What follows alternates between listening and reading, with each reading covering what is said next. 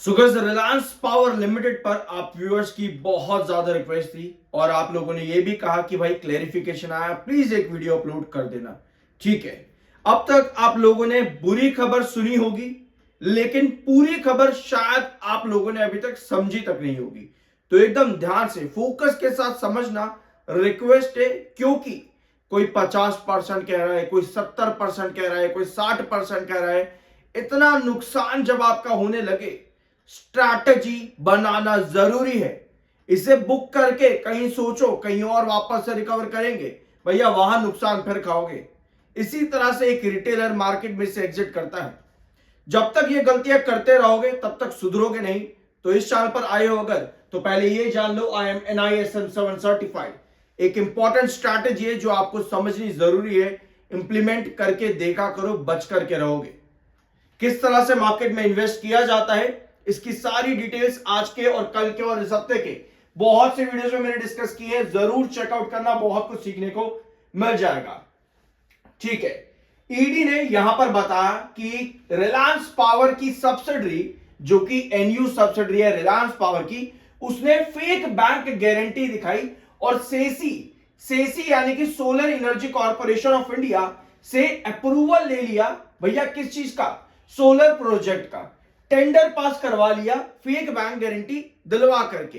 ठीक है, सेसी से रिलायंस पावर की सब्सिडरी फेक बैंक गारंटी। इस अपडेट को देखने से पहले जब मैं रिसर्च कर रहा था पूरा कि भाई क्या है मामला, क्या चीजें हैं, एक कमेंट एक व्यूअर का मेरे सामने आया। उन्होंने कहा, बड़े ही महान थे वो, उन्होंने कहा भैया ये तो सेसी की गलती है ना, रिलायंस पावर तो बिल्कुल बेकसूर है, सेसी को पकड़ो जाकर के, ईडी को सेसी को पकड़ना चाहिए, रिलायंस पावर की क्या गलती है उसके अंदर। भैया कुछ नहीं होने वाला, रिलायंस पावर का बहुत बढ़िया कंपनी है, बहुत ऊपर जाएगा। भैया कंपनी हमारी नहीं है। फेक बैंक गारंटी पास करने का काम, टेंडर पास करने का काम इनका था। फेक बैंक गारंटी इन्होंने दी। तो भैया अल्टीमेटली कल्प्रिट कौन है? आप कभी भी यहां पर ये नहीं कह सकते कि भैया इसने कुछ नहीं करा, कंपनी आपकी नहीं है। इतने सेंटिमेंट्स मत लेकर के अपने, इतने इमोशनल मत हो अपने इन्वेस्टमेंट को लेकर के। किसी और कंपनी किसी और की है ना, वो आपको कह रहा आकर के मेरे में इन्वेस्ट करो, ना वो आपको मना कर रहा है मेरे में इन्वेस्ट करो। भैया एनालिसिस रिसर्च जब तक नहीं करोगे, क्या बोल रहे हो? मतलब सीरियसली, ये कमेंट मैंने रीड करा, मेरी तो क्या बोले हालत बुरी हो जाती है यार लोगों के ऐसे कमेंट देख करके। ईडी ने 1120 करोड़ के एसेट जो है रिलायंस होम फाइनेंस केस के अंदर जब्त कर लिए, जिसमें से कुछ एसेट्स रिलायंस पावर के भी हैं। बिल्कुल यही बात पिछले 50 वीडियोस में चिल्ला चिल्ला करके मैंने आप लोगों के साथ कई बार डिस्कस करी है। क्या हो कि कभी कोई fake bank guarantee Reliance power में निकल करके आ जाए, ऑल्दो अभी तक तो कुछ नहीं है, कई बार मैंने आपके साथ डिस्कस किया कि क्या हो कभी कोई एसेट्स रिलायंस पावर के जोड़ दिए जाए। अभी तक तो ऐसा नहीं हुआ, लेकिन अब हो गया। दोनों चीजें आपकी हो भी गई। क्यों हुआ? क्योंकि कंपनी ने क्लेरिफिकेशन दिया है। क्या आपको पता है कंपनी क्लेरिफिकेशन क्या दे रही है? कंपनी क्लेरिफिकेशन देती है कि अनिल अंबानी का हमारे कंपनीज के अंदर कई सालों से कुछ लेना देना नहीं। कितने साल? 3.5 साल, लगभग 3.5 साल ना।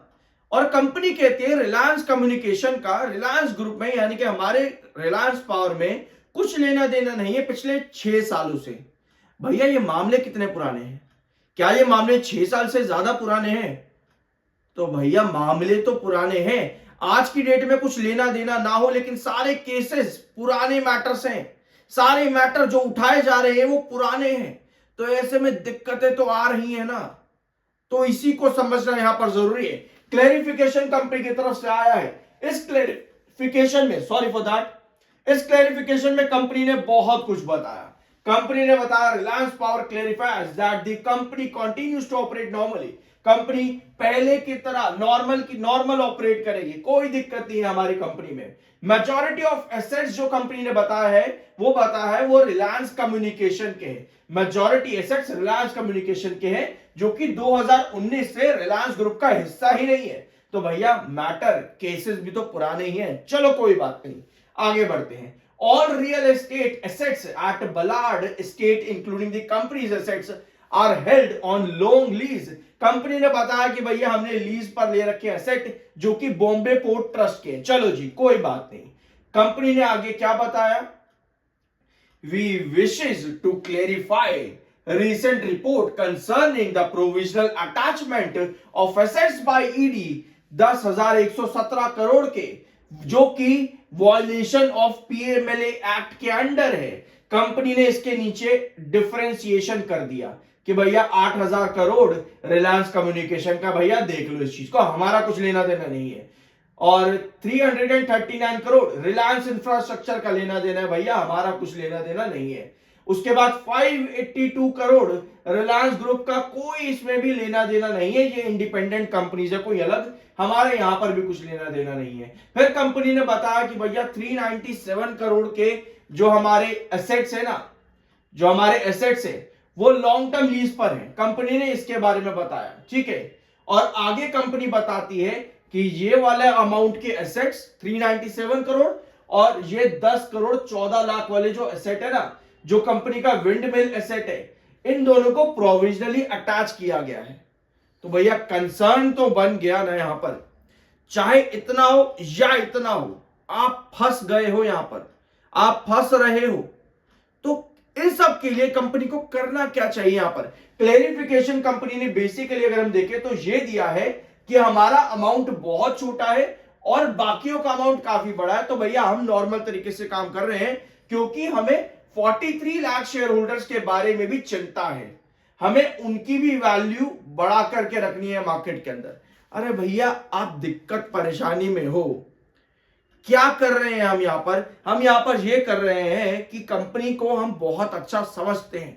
हम कहते हैं भैया मैंने इन्वेस्ट किया है, मैं इमोशनल उस कंपनी के लिए, ये मेरा हिस्सा है, कंपनी आपको अपना हिस्सा नहीं मानती है। इन पॉइंट्स को जब भी आप किसी कंपनी में इन्वेस्ट कर रहे हो ना, आपको पता होना चाहिए कि वो कंपनी अगर दिक्कतों के अंदर है, जेपी एसोसिएट दिक्कत में, लोग लगे पड़े भैया ऐसा हो जाएगा, अडानी खरीद लेगा, वैसा हो जाएगा, पता नहीं कुछ भी, जाकर के देखना लीगली क्या होता है। सब चीजें मैंने आपके सामने डिस्कस करके रखी हुई है, जेपी एसोसिएट की सब अवेलेबल है। और जेपी पावर और जेपी एसोसिएट में क्या डिफरेंस है, इसके ऊपर सारा डाटा अवेलेबल है चैनल पर, सब डिस्कस किया हुआ लीगली भी, सब तरीके से। अब आज से कुछ दिन पहले आईसीआरए ने भी कंपनी में रीअफर्म किया था ICRA D rating. D rating एक नेगेटिव रेटिंग होती है, यानी कि कंपनी की सिचुएशन इस समय अच्छी नहीं है और लंबे समय में अच्छी होने के चांसेस बहुत कम है, तब दी जाती है डी रेटिंग। ये रेटिंग कंपनी को मिली थी आईसीआरए की तरफ से, और मैंने आपके साथ डिस्कस भी किया था कि डी रेटिंग कोई अच्छी रेटिंग नहीं होती है, यहां दिक्कतें अभी भी हैं और आने वाले लंबे समय में शायद ये दिक्कतें परेशानी कम ना हो।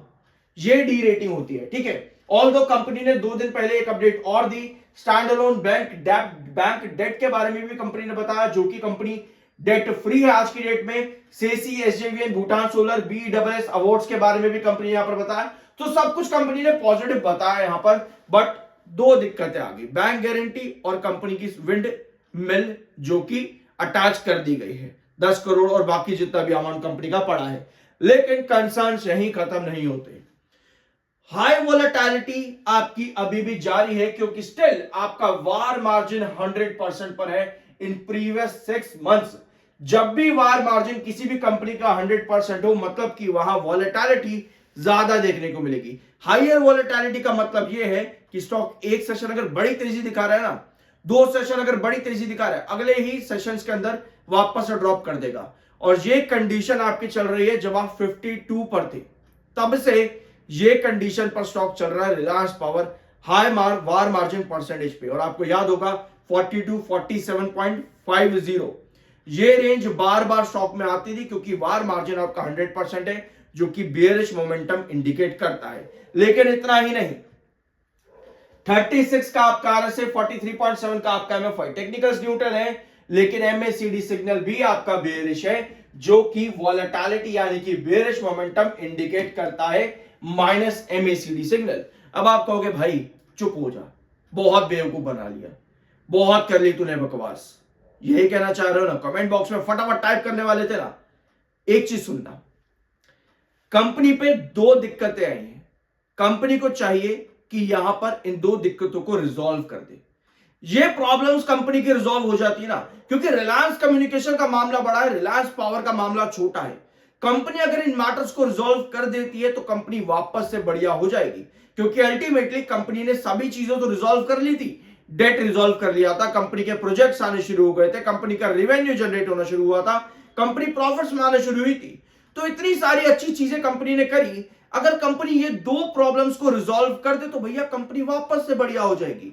आप फिर से फलोगे फूलोगे, आपको मजा आएगा, खुशी होगी। लेकिन जब तक ये सिचुएशन सही नहीं होती ना, तब तक आपको दूर रहना चाहिए। बाकी आपका अपना ओपिनियन, आपकी अपनी मर्जी है। मैं समझता हूं आप लोग ज्यादा समझदार हो, तो आप लोगों को मालूम होगा आपको क्या करना चाहिए। लेकिन डायगोनल पैटर्न आपका ब्रेकडाउन हो चुका है, ये बहुत इंपॉर्टेंट था। जैसे कि आपने पिछले 15-50 वीडियोस में देखा ही होगा चैनल पर कि पिछले 1.5 साल में एक बार भी ये डायगोनल पैटर्न ब्रेकडाउन नहीं हुआ है। इस डायगोनल पैटर्न का ब्रेकडाउन होने का मतलब ये है कि गिरावट और बड़ी आएगी। सिमिलर पैटर्न आपका इरेडा में था, इरेडा ने भी डायगोनल पैटर्न ब्रेकडाउन किया। रिसेंटली सुज़लॉन एनर्जी लिमिटेड ने भी अपना डायगोनल पैटर्न ब्रेकडाउन किया है। सारे वीडियो चैनल पर अवेलेबल है, जरूर चेकआउट कर लेना। अब भैया हम है लगभग 40 से 50% के नुकसान में। भैया हम क्या करें? नुकसान बुक करना एक बार अगर कर दिया तो कर दिया, हो गया, फिर बुक, फिर कुछ नहीं कर सकते कभी भी। देखो वार मार्जिन 100% है तो आपका इंट्राडे या बीटीएससी तो होगा ही नहीं। कहीं आप सोच रहे हो कि आज एवरेज किया और कल एग्जिट कर देंगे, तो भैया वो कहानी आपकी नहीं चलने वाली यहां पर। यानी आपको क्या करना है? आपको स्ट्रैटेजी बनानी है। पहला बुलिश टेक्निकल, बुलिश टेक्निकल, पहला पॉइंट। दूसरा पॉइंट पॉजिटिव न्यूज, ये 2 पॉइंट आपके पास में आते हैं। तीसरा पॉइंट चार्ट पैटर्न पर इंपॉर्टेंट बेसलाइन कब आ रही है। आप इन 3 पॉइंट्स को सही तरीके से इवैल्यूएट करो। जैसे ही बुलिश टेक्निकल्स आए, कंपनी में कोई पॉजिटिव न्यूज आए और स्टॉक एक बेस लाइन के पास हो, आप क्या करो? एवरेज करो। एवरेज आपका एक एग्जिट प्लान होना चाहिए। जब तक कंपनी में सिचुएशन सही नहीं है, आपको यहां पर बने रहने में दिक्कत आएगी। देखो यार, बाकी आपका अपना ओपिनियन है। इस पॉइंट को ना ये समझो कि ये ओवरऑल मार्केट के लिए आपके लिए काम करेगा। अभी रिलायंस पावर को अलग रखो, एवरेजिंग के लिए ये इंपॉर्टेंट पॉइंट आपका पूरी जिंदगी भर मार्केट के लिए काम करेगा। कभी भी आपको एवरेजेस करने हैं किसी भी कंपनी के अंदर, तो इन 3 पॉइंट पर नजर रखो, स्पेशली जब वो किसी सर्वेलेंस में हो कंपनी। बुलिश टेक्निकल आए, पॉजिटिव न्यूज हो, बेस लाइन के पास हो, आप एवरेज करो। एवरेज पॉइंट आपका होना चाहिए, एवरेज प्राइस सॉरी आपका होना चाहिए। फॉर एग्जांपल आपके पास आपने इन्वेस्टमेंट कर रखा है लगभग 1000 रुपए का, आपने इन्वेस्टमेंट इतना कर रखा है। एवरेज अमाउंट आपका हमेशा इसका 1.5 गुना होना चाहिए, इसका 1.5 गुना, यानी कि लगभग कितना हो गया? 1500। ये आपका एवरेज अमाउंट होना चाहिए ताकि आपका एवरेज प्राइस एक्यूरेसी पकड़ सके। और क्योंकि आप वहां इंट्राडे तो नहीं कर पाओगे और सर्वेलेंस में है तो बीटीएसटी भी नहीं कर पाओगे, तो आपके पास ये सिचुएशन होनी चाहिए कि एक बेस लाइन पर स्टॉक आए, यहां पर आपने एवरेज किया, अगले सेशन वापस से रिकवरी, अगले सेशन वापस से रिकवरी, ताकि इस वाले सेशन पे आप प्रॉफिट पर भी एग्जिट कर सकते हो। इसको कहते हैं एक एवरेज विद अच्छा प्रॉफिट। वहां बुक करने की जरूरत नहीं पड़ती भैया नुकसान को, क्योंकि मार्केट में नुकसान खाने के लिए आए हो क्या? दिमाग लगा करके जो कमाया उसको मार्केट में नुकसान करने के लिए आए हो क्या? नहीं आए ना। तो भैया स्ट्रैटेजी यूज कर लो, कुछ थोड़ा दिमाग यूज कर लो। अब ये काम करोगे तो आपके नुकसान जो है वो ओवर कम बहुत जल्दी हो जाते हैं। आई गेस ये वीडियो आप लोगों को पसंद आया होगा, गुस्सा कम आया होगा इस वीडियो को देख करके। I am NISM 7 certified, subscribe जरूर कर देना। बाय, सबकी कोई रिकमेंडेशन नहीं है। मिलता अगले वीडियो में।